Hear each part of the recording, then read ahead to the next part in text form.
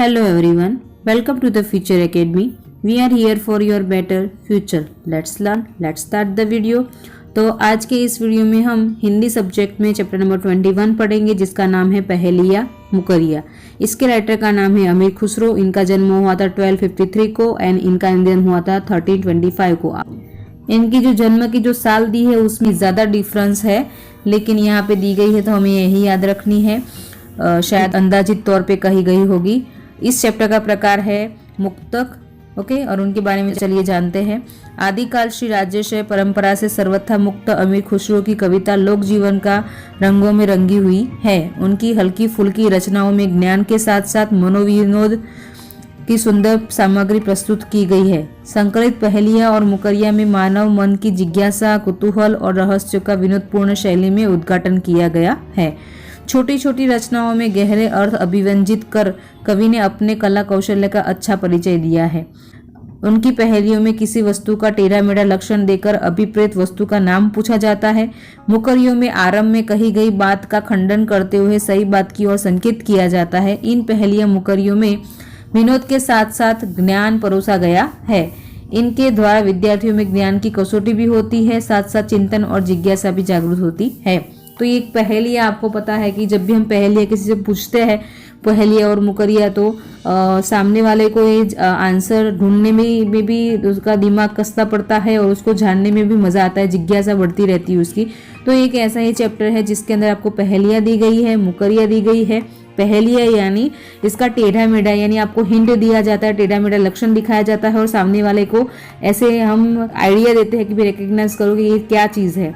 और मुकरियों के अंदर आरंभ में हम जो बात कर रहे हैं वो सामने वाले को लगेगा कि हम किसी चीज़ के बारे में बात कर रहे हैं, लेकिन उसको उन सारी बातों का खंडन करते हुए, यानी उन सारी बातों को गलत बताते हुए हम सही आंसर देते हैं या फिर उनको सही सुझाव देते हैं। लगता है दोनों सिमिलर होते हैं, लेकिन हम बात किसी और की कर रहे होते हैं, लेकिन सामने वाले को कोई और चीज़ लगती है। यानी आरंभ में की गई बात का खंडन करते हुए जो हमने लक्षण दिए है, जो हमने बात की है उसका खंडन करना, यानी उसको झूठा करार करके सही बात की ओर संकेत किया जाता है। तो चैप्टर पढ़ना स्टार्ट करते हैं। उससे पहले अगर आप इस चैनल पे नए हैं, इस वीडियो को लाइक कीजिए, चैनल को सब्सक्राइब कीजिए, बेल आइकन को क्लिक कीजिए ताकि मेरे आने वाले वीडियोस की लिंक आपको आसानी से मिल सके। ओके, तो चलिए वीडियो जल्दी से स्टार्ट करते हैं। पहले है पहेलिया। जूता पहना नहीं, समोसा खाया नहीं, क्यों? तो इसका उत्तर नीचे दिया है, तला नहीं था। तो यहाँ पे कहते हैं जूता पहना नहीं और समोसा खाया नहीं क्योंकि जूते में तल्ला नहीं था, उसके नीचे का जो हिस्सा होता है वो तल्ला नहीं था। और समोसा कहाड़ी में यानी उसको फ्राई किया गया नहीं था, तला नहीं था। नंबर 2, अनार क्यों न चखा, वजीर क्यों न रखा। अनार क्यों न चखा, वजीर क्यों न रखा। तो इसका उत्तर आता है दाना न था। अनार के अंदर उसके दाने नहीं थे तो हमने चखा नहीं। वजीर क्यों न रखा, दाना न था तो उसका दाना न था, इसका अर्थ होता है कि उसके अंदर बुद्धि नहीं थी, वो बुद्धिमान नहीं था। दानेदार यानी बुद्धिमान नहीं था आदमी, इसलिए रखा नहीं। नंबर 3, रोटी जली क्यों, घोड़ा अड़ा क्यों, पान सड़ा क्यों। तो इसका उत्तर आता है फेरा न था। रोटी जली क्यों, क्योंकि उसको फेरा न था, यानी उसको उलट पुलट नहीं किया गया था। घोड़ा अड़ा क्यों, तो घोड़े सवारी या उसको जोतने के समय क्यों अड़ गया, क्योंकि उसको सिखाया या तैयार नहीं किया गया, तो उसको पता ही नहीं था, उसको फेरा नहीं था, यानी उसको घुमाया गया नहीं था, उसको ट्रेनिंग नहीं दी गई थी। पान सड़ा क्यों, तो पान इसलिए सड़ गया क्योंकि पान की पत्तियों को उलट पुलट करके उसको भी फेरा न था, यानी उसको उलट पुलट करके चेक नहीं किया गया, तो उसके जो चीज़ें सड़ गई है या बिगड़ गया तो उसको हटाया नहीं गया था, इसलिए पान सड़ गया। तो यहाँ पे फेरा न था। नंबर 4 है, एक नारी के हैं 2 बालक, दोनों एक ही रंग, एक फिरे एक टाढ़ा रहे, फिर भी दोनों सम। अगर हम ऐसा कुछ सुनते तो पहले हमें क्लॉक यानी घड़ी जो होती है वो हमारे दिमाग में आती है, या फिर कोई और एग्जाम्पल आपके दिमाग में आएगा। लेकिन इसको सोचो कि एक नारी के हैं 2 बालक, इसके 2 बालक हैं, दोनों एक ही रंग, दोनों का कलर सेम है, एक फिर एक ठाढ़ा रहे, फिर भी दोनों संग। तो यहाँ पे एक फिरता है तो एक वही का वही रह जाता है, और फिर भी दोनों एक साथ ही रहते हैं, दोनों हमेशा एक साथ रहते हैं। तो इसका उत्तर आता है चक्की के पार्ट। तो आपको पता है कि पुराने ज़माने में किसी के घर पे वो हाथ से घुमाने वाली चक्की हुआ करती थी, उसके 2 पत्थर वाले पार्ट होते थे, एक नीचे पड़ा ही रहता था, ऊपर वाला हम घुमाते थे उसका स्टैंड को पकड़ के। तो ये होता है कि एक नारी के दो है बालक, दो पत्थर यानी ऊपर नीचे रखे गए, दोनों एक ही रंग के है, एक फिरे एक ठाड़ा रहे, यानी एक फिरता रहता है, एक वही का वही स्थिर रहता है, और फिर भी दोनों संग। तो आपको आई होप पहेलियां समझ में आ गई होगी। अब मुकरिया देखते हैं। जब मांगू तब जल भरी लावे, मेरे मन की तपन बुझावे, मन का भारी तन का छोटा, ए सखी साजन ना सखी लोटा। तो इसका उत्तर आता है लोटा।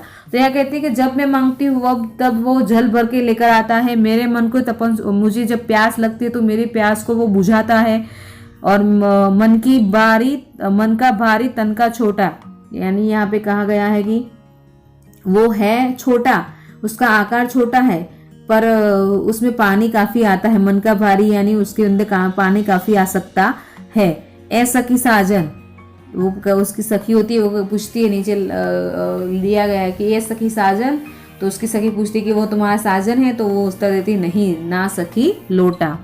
नंबर 2, वो आवे तो शादी होए, उस बिन दूजा और न कोई, मीठे लागे वाके बोल, ए सखी साजन ना सखी ढोल।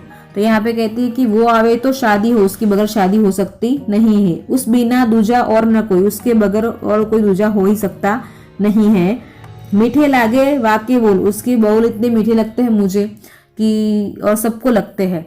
तो उसकी सखी कहती कि तुम्हारा साजन है, तो वो कहती ना सखी ढोल, ढोल के बगैर शादी नहीं हो सकती, और उसके बगैर और कोई ऑप्शन भी हमें नहीं पसंद आएगा, और उसके उस वक्त उसकी जो आवाज होती है वो हमें अच्छी लगती है शादी के वक्त। वैसे अचानक से आपके घर पे अगर कोई ढोल बजाएगा तो आपको गुस्सा आएगा कि क्या भाई क्या है, लेकिन शादी के वक्त हमें वो चीज अच्छी लगती है। तो वो कहते हैं उस मीठे लागे वाके बोल, उस वक्त उसके बोल बहुत मीठे लगते हैं। तो ये सखी साजन ना सखी ढोल। नेक्स्ट है, अति सुरंग है रंग रंगीले, है गुणवंत बहुत चटकीला, राम भजन बिन कभी न सोता, ए सखी साजन। तो उसका उत्तर देती है ना सखी तोता। अति सुरंग है रंग रंगीले, यानी उसका रंग बहुत ही अच्छा है, बहुत ही सुंदर उसका रंग है। गुणवंत बहुत चटकीला, यानी यहाँ पे वो बहुत गुणी है और बहुत गाढ़े रंग वाला है, बहुत सुंदर है। राम भजन बिन कभी न सोता, और हमेशा राम नाम जपता रहता है, उनके राम नाम दिए बनाए वो कभी सोता नहीं है। तो उसकी सखी कहती है तुम्हारा साजन है, तो वो कहते ना सखी तोता, यानी तोते की बात हो रही है। तो यहाँ पे ऐसे ही पहेलियां और मुकरिया, पहेलिया में उसका टेढ़ा मेढ़ा लक्षण देकर उसको उस वस्तु का नाम पूछा जाता है और उसके बारे में पूछा जाता है, और मुकरियों में आरंभ में की गई बात का खंडन करते हुए सही बात की ओर संकेत किया जाता है। आई होप आपको ये पहेलियां और मुकरिया समझ में आ गई होगी, और अगर आपके पास ऐसी और कोई पहेलियां है तो आप कमेंट सेक्शन में लिख सकते हैं, मैं भी उसका उत्तर ढूंढने की कोशिश करूंगी, और ऐसे हमें मज़ा आ सकता है। तो हमने ये चैप्टर पूरा कर लिया है। अगर आपको कोई क्वेरी है तो आप कमेंट सेक्शन में लिख सकते हैं। And thank you so much for watching this video. Next video में मिलेंगे, तब तक टेक केयर, बाय।